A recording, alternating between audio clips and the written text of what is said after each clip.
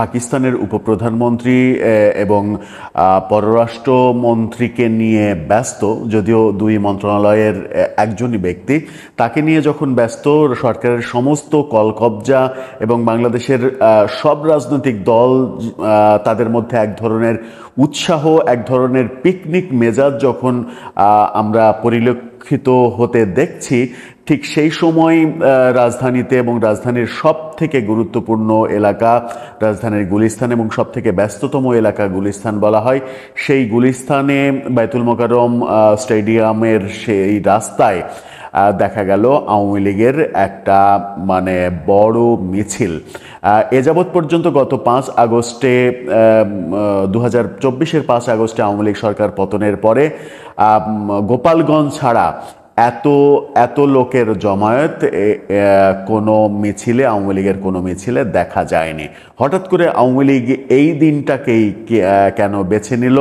এই মিছিলের মাধ্যমে কি বার্তা আসছে, কি বার্তা দেয়া হতে পারে, সেটাই একটু বুঝে ওঠার চেষ্টা করব। এই ভিডিওতে থাকবেন পলিটিক্স টিভির নিয়মিত আয়োজনে। বলছিলাম, হঠাৎ করেই আওয়ামী লীগের একটা বড় মিছিল, বেশ কয়েকশো জনতা অংশগ্রহণ করেছে বলেই মনে হয়েছে ভিডিওতে। এই ভিডিওটা বেশ কিছু গণমাধ্যমে এসেছে। বাংলাদেশ প্রতিদিন এটা নিয়ে একটা প্রতিবেদন তৈরি করেছে এবং মিছিলটা পুরোটা তারা দেখানোর চেষ্টা করেছে। যদিও এই মিছিলটা দেখানোর মাধ্যমে বাংলাদেশ প্রতিদিন গণমাধ্যম হিসেবে নতুন করে তোপের মুখে পড়ে কিনা, সেটাও একটা বড় বিষয়। এমনিতেই বসুন্ধরা মিডিয়া বেশ তোপের মুখে রয়েছে। এনসিপি সহ সরকারের, এনসিপির তোপের মুখে থাকলেই তো সরকারের তোপের মুখে থাকবে, এটা তো বলার অপেক্ষা রাখে না। সেটা নতুন করে আবার নতুন কিছু সৃষ্টি হয় কিনা, সেটাও একটা দেখার বিষয়। সেই ভিডিওতেই দেখা গেল যে বেশ কয়েকশো মানুষই হবে, বেশ বড় বায়তুল মোকাররমের গেট, বায়তুল মোকাররমের গেট থেকে জাতীয় স্টেডিয়াম থেকে হকি স্টেডিয়াম, সেই যে রাস্তাটা পুরান ঢাকার দিকে হয়ে বঙ্গভবনের দিকে গেছে, সেই রাস্তায় মিছিলটা হতে দেখা গেল। মিছিলটা যেদিন হলো সেদিন সরকার পাকিস্তানের উপপ্রধানমন্ত্রীকে নিয়ে ব্যস্ত। সন্ধ্যায় তিনি সর্বশেষ প্রধান উপদেষ্টার সঙ্গেও দেখা করেছেন। বিভিন্ন রাজনৈতিক দলের মধ্যে এক ধরনের উৎসবের আমেজ আমরা দেখেছি। তারা তার সঙ্গে দেখা করেছেন এবং তিনি কারো সঙ্গে দেখা করতে গেছেন, জামাতের আমিরের বাসায় গেছেন তার সঙ্গে দেখা করতে। বেগম খালেদা জিয়ার শরীরের খোঁজ খবর নিতে তার বাসায় যাবেন প্রধান উপদেষ্টার সঙ্গে বৈঠক শেষে, এমন খবরও আমরা জানি। মোটামুটি পাকিস্তানের উপপ্রধানমন্ত্রীকে নিয়ে যখন একটা সাজ রব চলছে, ঠিক সেই সময় আওয়ামী লীগের এই অবস্থান। এবং অনেকে বলছেন, আওয়ামী লীগের যারা ফেসবুক অ্যাক্টিভিস্ট, তারা বলার চেষ্টা করছেন যে এটা পাকিস্তানি উপপ্রধানমন্ত্রীর ঔদ্ধত্যপূর্ণ বক্তব্যের প্রতিবাদেই এই মিছিলটা করা হয়েছে।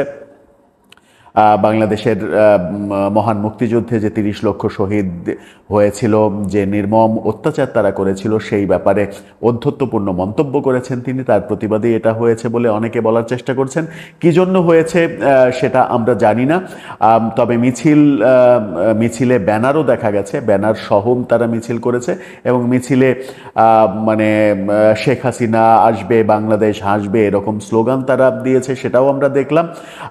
উল্লেখযোগ্য যে ব্যাপার সেটা হচ্ছে যে গত বছরের 5 আগস্টে শেখ হাসিনার সরকার পতনের পরে আওয়ামী লীগের এত বড় শোডাউন আমরা গত 1 বছরে দেখিনি।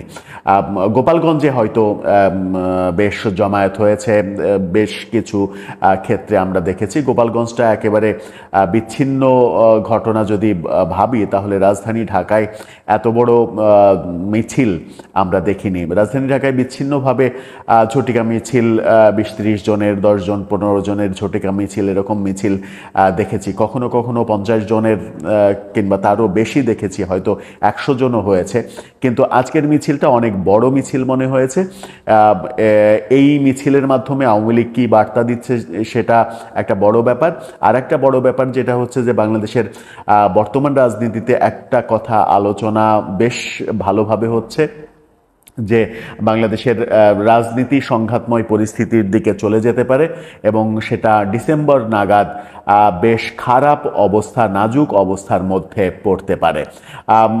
সেটারই একটা ড্রেস রিহার্সেল হলো কি না সেটাও কিন্তু একটা ভাবনার ব্যাপার হতে পারে।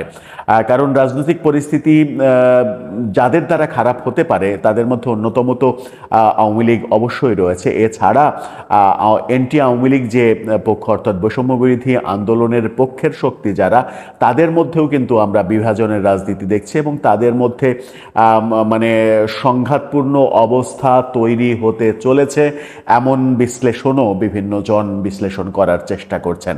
সেরকম মুহূর্তে আওয়ামী লীগের এই অবস্থান একটা সিগন্যাল কিনা, তারা সিগন্যাল দিতে চাইলো কিনা, যখন আগস্ট মাসই চলছে, অনেকদিন আগে থেকেই আলোচনা শুনছিলাম, নানা রকমের প্রচার প্রপাগান্ডা গুজব তো আমরা শুনছিলাম যে আগস্ট মাসে, বিশেষ করে আগস্টের 5 তারিখে সরকার পতনের বর্ষপূর্তির দিনে আওয়ামী লীগ বড় কিছু একটা ঘটনা ঘটাবে। সেই ব্যাপারে সরকারকেও সচেতন থাকতে আমরা দেখেছি, সরকারকে বিশেষ অভিযানে নামতে দেখেছি, কিন্তু সেরকম কোনো কিছু ঘটেনি এবং মানে বিভিন্ন সূত্রের খবর মতে এরকম কোনো গোয়েন্দা রিপোর্টও ছিল না যে মানে কোনো খারাপ পরিস্থিতি তৈরি করতে পারবে আওয়ামী লীগ। আজকে যখন এই কাজটা করলো, মানে 24 তারিখে, আগস্টের 24 তারিখে এসে আওয়ামী লীগ যখন একটা বড় শোডাউন করলো, এই শোডাউনের মাধ্যমে কি বার্তা দিতে চাইলো আওয়ামী লীগ, সরকারকে কোনো স্পেসিফিক বার্তা দিতে চাইলো কিনা? দর্শক, আপনার কি মনে হয়? আপনার মতামত জানিয়ে লিখতে পারেন আমাদের কমেন্ট বক্সে।